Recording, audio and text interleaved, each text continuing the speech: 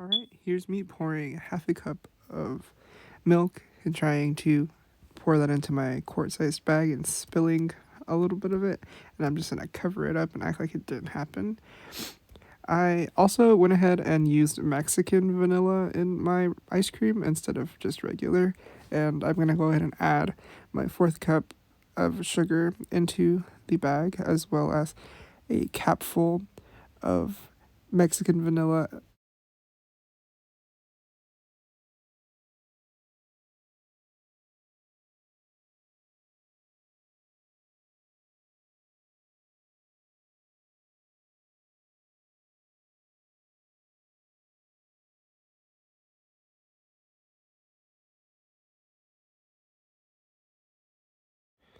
Here you can see me breaking up some of those bigger sugar like blocks with a fork because I was too lazy to grab a spoon.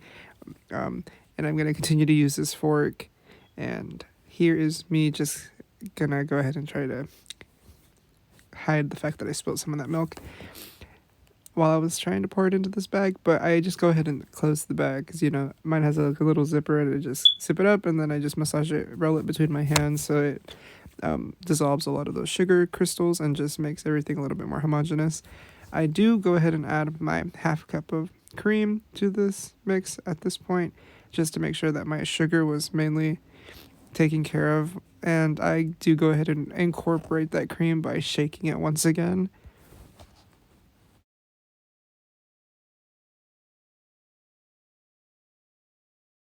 Here's a quick clip of me beating the iceberg that I pulled out of my fridge with a rolling pin. And I added my layer of ice and salt, and then I continued to add more ice and more salt.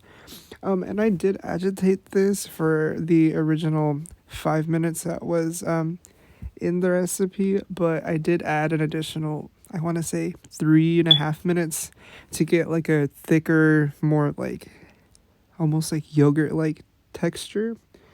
Um, and I did um, add a little bit more ice as well. So the texture was not gritty. It was really smooth, almost like froyo, I would say, to be completely honest. It was a little too liquidy at first, so I did put it back in the bag and mix it for those additional 3.5 minutes. And here you can see me scraping the side of the bag and just cutting the end off and putting it into a cup. And you can see the texture, and I did add a cherry.